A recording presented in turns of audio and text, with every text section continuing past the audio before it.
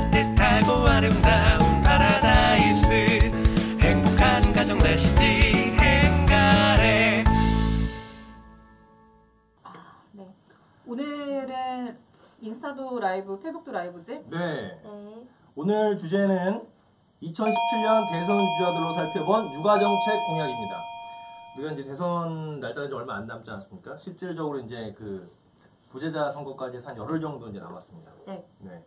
이 선거를 앞두고 이제 우리가 뭐 누구 주자를 홍보한다 이런 건 아니고 이 주자들의 육아정책 공약들을 살펴보면서 이들의 공약과 현실이 어떻게 다른가, 또 우리가 얼마나 공감할 수 있는가 이런 것들을 한번 이야기해보고자 합니다. 이 공약을 우리가 이 방송을 준비하면서 뭐 생각하신 거 한마디씩 먼저 좀 해주시죠. 어떤 걸 이야기하고 싶은지. 사실 그 피부로 느끼는 불편감이 많잖아요. 우리가 엄마 아빠니까. 근데 막상 이게 뭐 1번부터 5번만 해도 공약을 비교해 보니까 너무 어려운 거예요. 맞아. 이제 용어나 이들이 표현한 방식이. 그래서 이번에도 또 실패하면은 또 육아하는 거 힘들어지겠구나. 맞아. 이런 생각이 들어서 이참에 통해 함께 약간 의견을 나누고 이랬으면 좋겠어서 저희만 이야기하는 것보다 댓글을 통해서 이야기를 많이 해주셔서 같이 이야기하는 그런 시간 됐으면 좋겠어요. 혜린 언니. 나 언니 된 거야? 형이었잖아. 혜린 형은. 사실은 저는 아이 낳기 전에는 몰랐거든요. 그러니까 이 육아와 관련된 정책을 그렇게 민감하게 뭐 볼 필요도 없었고, 근데 이제 아이를 낳고 처음으로 겪는 대선이니까 이제 자연스럽게 보게 되는데, 와 진짜 현실을 잘 모르는구나 이런 생각도 사실 개인적으로 많이 하게 됐고요. 뭐 이거는 사실 뭐 어느 후보나 다 비슷한 것 같아요. 뭐 현실 좀 맞는 부분도 있고 안 맞는 부분도 있고, 근데 그럼에도 불구하고 좀 온도 차이가 있다. 그래서 개인적으로 이제 이런 이야기들을 좀 허심탄회하게 이야기해보면서 생각들을 좀 정리할 수 있는 그런 시간이었으면 좋겠어요. 우리가 뭐 보수와 진보를 나누자 이런 얘기는 절대 아니니까 그렇게 생각하지 마시고, 네. 이들이 한 나라를 이끌어갈 대통령으로서 우리가 공감하는 육아 정책을 얼마나 잘 실현할 수 있는지에 대해서 한번 우리가 같이 이야기해보고자 하는 거니까. 먼저 지금 막 질문이 오고 있어. 안철수 진짜? 국공립 어린이집 사태 어떻게 생각하세요? 그거 이제 다뤄야죠. 나옵니다. 기다리세요. 기다리세요. 자, 일단 우리 1번부터 5번까지의 후보들로만 일단 살펴봤습니다. 가장 그 유력한 대선 후보들이니까 문재인, 홍준표, 안철수, 유승민, 심상정. 저희들이 뭐 좀 살펴보니까 육아휴직 급여도 인상하겠다. 출산 육아 휴직 제도도 개선해서 뭐 누구는 6개월까지, 누구는 뭐 3년, 뭐 누구는 뭐 부부 출산 육아 1개월, 아동 수당도 10만 원에서 15만 원 정도 지원하겠다. 공공보육, 국공립 어린이집도 40%로 확대하겠다. 뭐 출산 혜택비도 많이 주겠다. 다 잘하겠대, 잘 주겠대. 근데 이 공약들을 세세하게 살펴보면 제가 그 기사들을 읽어봤지만 결론은 그거야. 우리나라 육아 정책에 대해서 제대로 이해하고 있지 못하다. 그냥 선심성 공약이다. 약간 이런 것들이 조금 깔려 있는 것 같아. 그래서 그것들에 관련된 이슈 중에서 한 가지 좀 살펴보도록 하겠습니다. 한 가지씩. 일단 문재인의 같은 경우에는 그 기사 중에 페미니스트 대통령을 선언한 문재인, 기존 제도를 점진적으로 확대하려고 하지만 새롭진 않다. 이런 이야기가 있어요. 그러니까 이거를 좀 뭐랄까 거시적인 관점이나 좀 이렇게 심도 있는 관점이 아니라 그냥 단순히 눈앞에 있는 것들에 대해서 공약을 내건 것이 아닌가 이런 얘기들이 많아요. 근데 그 중에 하나 이제 그 문재인 후보가 인식이 부족하다는 것 중에 하나가 뭐냐면 현재 시행 중인 제도를 자기가 하겠대. 그러니까 아빠 육아휴직을 활성화하겠대. 하지만 사실은 아빠의 달이라는 걸 이미 하고 있다는 그렇지. 그런 제도를. 요즘 뭐 수요일 날에는 가족데이 같은 것도 뭐 하고 있고 전혀 되지 않는. 전혀 되지 않는. 그렇지. 그 안철수 같은 경우는 이런 평가가 있어요. 비전과 큰 그림이 안 보인다. 그러니까 뭐 돌봄 민주주의를 실현하겠다고 하지만 돌봄 시간의 평등적인 확보와 돌봄 지원 기회 확보에 대한 이해가 부족하다 이건데 이거에 대해서 좀 자세하게 편하게 쉽게 이야기하려고. 돌봄 민주주의는 뭐냐? 그러니까 궁금해서 물어보는 거야. 이게 남편과 아내가 평등하게 돌봄을 하겠다는 건지. 일단 용어 자체가 잘못됐다고 봐. 어떤 의미로? 아니 그러니까 그냥 왜냐면 난 이걸 보면서 느낀 게 뭐냐면은 근데 존댓말 하나요? 우리 반말 하나요? 반말하자. 반말? 네. 나 잘 말까고 합니다. 네. 잘 못 알아듣겠어. 잘 못 알아듣겠고 돌봄 민주주의라고 되어 있을 때 사실 알아듣기가 어렵다는 말이지. 이게 얘가 뭘 얘기하는 건가? 나는 후보들은 그래도 전 국민을 대상으로 나의 공약을 이야기하는 거니까 딱 직관적으로 들었을 때 아 이런 부분들을 해준다는 거구나라고 이해할 수 있어야 된다고 생각이 드는 사실은 거지. 돌봄이라는 건 사회주의에 가까운 거 아니야?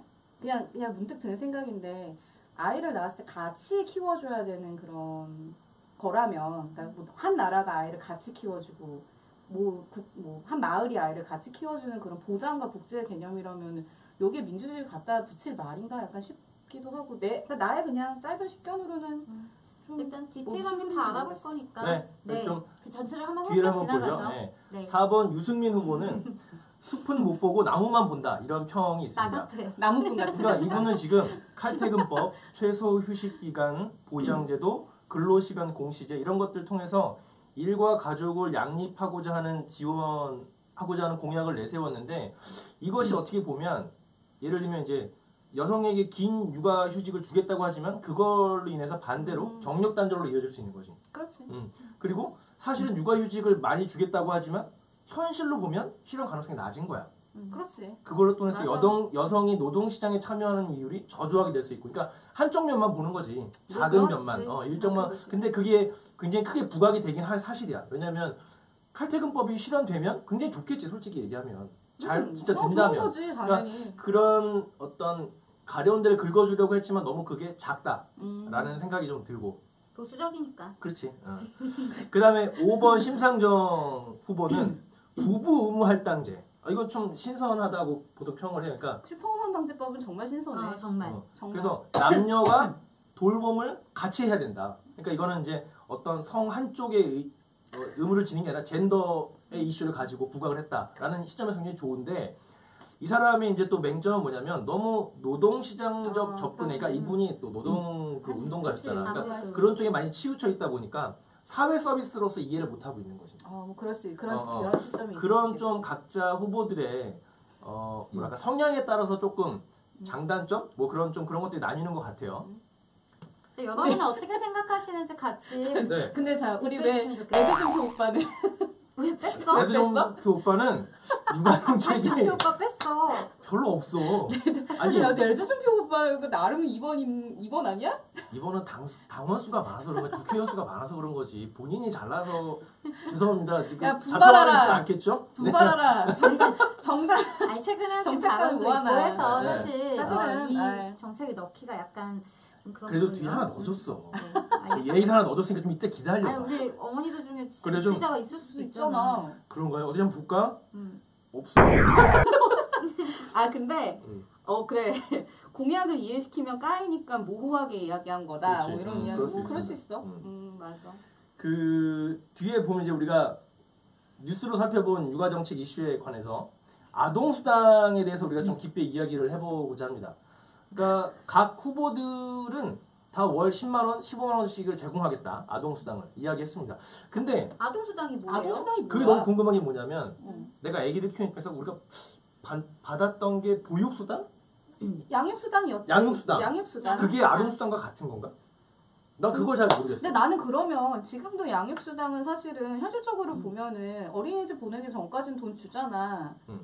그치? 자 여기서 그 얘기를 했으면 좋겠어요. 어쨌든 양육수당이든 보육수당이든 아동수당이든 우리가 아이 어린이집 보내기 전에 몇십만 원씩 받고 아이 보내는 시점부터 어린이집 비용을 이제 들어갔잖아요. 그 전에 받았던 비용이 진짜 아이를 보육하는데, 그러니까 양육하는데 도움이 돼서 아이 돈 때문에 내가 정말 이 육아가 편해지고 출산을 더 해야겠다 하셨지만 근데 그 그러잖아요. 뒤에도 나오지만 이 10만 원, 15만 원을 가지고 아이를 키울 수 있고 저출산 대책으로서 이거를 내세운다? 그러기에는 실제적으로 경험하는 부모들은 체감적으로 굉장히 저조하지. 그 현실 그 효과가. 사실 그러니까 고마운 돈인데 그렇지. 고마운 돈이야. 이거를 사실 안 주는 것보다는 주는 건 좋지만 사실 이것 때문에 실제 현실적으로 아이를 낳지는 않는다는 생각을 해. 나는. 그렇지. 그냥 내가 워킹맘이야. 그리고 내가 가서 맘 편히 일을 할 수 있고 우리 아이를 돌봐줄 수 있는 환경이 잘 마련만 돼 있으면 나는 이 10만 원, 20만 원 내가 어차피 벌면 되는 거니까 그게 문제가 되는 게 아니라고. 근데 내가 나 저 둘째 가졌어요. 어쨌든 간에 둘째를 가질 때도 그렇고 낳고 나서 제일 드는 걱정은 사실은 돈이 문제라기보다는 얘를 또 어떻게 이렇게 혼자서 키우지? 그치. 나는 사실 그 걱정이 더 그렇죠. 많이 들어. 그러니까 첫째를 가지고 나서도 둘째가 들었을 때 돈도 돈이지만 사실 그 이면에 너무 어려운 문제들이 많이 재반이 되어 있기 때문에 돈 준다고 해서 이게 정말 섹시한 공약처럼 들리진 않는다는 거지. 그리고 다들 아실 거예요. 이게 단순히 돈을 주는 아까 우리 혜린 형이 얘기한 것처럼 형 됐어. 그 돈을 주는 게 문제가 아니고 우리가 예를 들어 10만 원을 더 벌 수 있는 좋은 환경을 만들어 주는 게 더 중요. 그 근본적인 대책이 훨씬 원래 필요한 아동 거지. 수당이라는 개념은 저 나름 이제 아동학에서 사회복지학 전공이잖아 그때. 아동 수당이라는 게 원래 프랑스나 영국에서 제2차 세계대전 이후에 완전 빈곤하고 이제 맞아. 기본이 안 된 아이들을 위해서 처음에 만들어진 게 아동 수당이에요. 근데 이것에 대한 의미가 지금 동일한 건지 어떤 의미에서 아동 수당이라는 걸 갖다가 만들어서 준다는 건지 그리고 왜 모든 후보가 저렇게 다 아동 수당에 대한 공약을 내거는지 매번 거기에 대해서 사실 볼 때마다 전 어떤 생각이 드냐면 아이들이 관심이 없다. 맞아. 엄마들이 진짜 뭐가 처음 문제. 진짜 힘들어서 아이를 못 낳는 맞아. 건지 뭘 키우면서 힘든 건지에 대해서 관심 없이 돈 이 돈 우매한 주면, 엄마들이요 돈을 주면 좋아하지 않을까 약간 난 이렇게 느껴져서 맞아, 이 맞아. 공약을 보면 약간 기분이 나쁠 수 나쁜 있죠. 건데 다른 분들은 어떻게 맞아요 환경이 더 필요한 게 맞아요 이런 맞아. 이렇게 많이 말씀해 그러니까 주시네요. 나는 물론 진짜 힘든 아이들 있잖아. 정말 아이를 키우는 상황이 힘들고 그런 사람들에게는 사실은 10만 원보다 더 많은 혜택을 줘야 된다고 생각하고 맞아. 내가 그럴 수 받는 있지. 그 10만 원이 그 사람들한테 갔으면 좋겠어. 나는 그리고 그냥 그 10만 원, 20만 원을 더 벌 수 있게 마음 편한 환경에서 일을 할 수 있었으면 좋겠고 적어도 경력이 단절되는 그런 두려움에서 아이를 키우기 위해 회사를 그만둬야 하는 선택을 해야 되는 그런 두려움에서 벗어나서 그리고 이 10만 원 주는 거 좋을 수 있어. 하지만 이 10만 원을 주기 위한 이 후보자들의 재원 마련은 어떻게 할 거야? 현재 이 10만 원을 주기 위한 재원은 없어. 그럼 새로 마련을 해야 되는데 그 여기 뭐 보이시겠지만 유승민 후보 같은 경우는 연간 6조 9천억이 걸린단 말이에요. 최고 많이 맞아요. 필요한 한. 그렇겠지. 근데 그거에 대한 재원 마련을 어떻게 할 것이냐? 물론 유승민 후보나 심상정 후보는 재원 마련해서 뭐 증세를 한다고 했어. 그럼 나머지 당신 좋아하는 저기 준표요. 이런 사람은 얘기가 그렇게 없어. 얘기하지 말라고. 미안해, 알았어. 그냥 우리 언급했던 준표요. 레드 준표 오빠. 레드 준표. 이런 분들 그다음에 문재인 후보, 안철수 후보도 재원 마련에 대한 이야기는 없어. 결국은 그냥 지금 없는 상태에서 선심- 증세 말고는 없는데 그걸 회피하는 거지. 난 증세되는 게 더 짜증나. 네, 여기 엄마들이 뭐라 그러냐면요. 이게 보여지는 것과는 다르다는 거죠. 한 달에 얼마 주는 거는 중요하지 사실 전혀 않다고, 중요하지 맞아. 않고 그리고 얼마 전에 뭐 공립유치원 추첨하고 이런 걸 방송으로 보면서 신랑이랑 이런 환경에서 어떻게 애를 더 낳으라는 거냐 이런 얘기를 나눴었대요. 공립유치원은 제가 좀 이따 또 얘기할 네, 건데 우리 이건 굉장히 유치원에 큰 대한 이슈이기 이야기 때문에 조금 더 나눠보면 좋을 것 같아요. 예. 요 뒤에 걸 우리가 또 얘기를 나눠볼까요? 그 댓글 뭐 좋은 거 있으면 얘기해 주세요. 이런 방송을 통해 많은 엄마들의 개몽이 필요하다고 맞아요. 많이 보시도록 주변에 많이 개몽하라. 알려줘야 됩니다. 지금 바로 카톡으로 개몽하라 엄마요. 개몽하라. 지금 바로 카톡으로 들어오라고 빨리 네. 개몽. 어쨌든 그래. 여기 이런 말이 있어요. 엄마들의 고충은 무엇인지도 모르고 포퓰리즘적으로 공약만 내세우는 것처럼 느껴진다. 나 이렇게 그리고 이거 말씀주셔서- 얘기하니까 저 말도 되게 맞는 것 같고 내가 왜 무슨 생각을 했냐면 아이를 집에서 키우면 지금 10만 원, 15만 원 정도 줄 거야. 근데 어린이집을 보내면 36만 원 정도 지원을 지원을 받아. 근데 맞아. 내가 이제 이걸 대학원에서 수업을 들을 때 그 여성이 집에서 일을 하는 노동의 가치가 고작 아이를 보는 보육의 가치가 10만 원인가. 나는 본질적인 이렇게 의문을 누군가 제시하는데 난 그게 굉장히 공감했거든.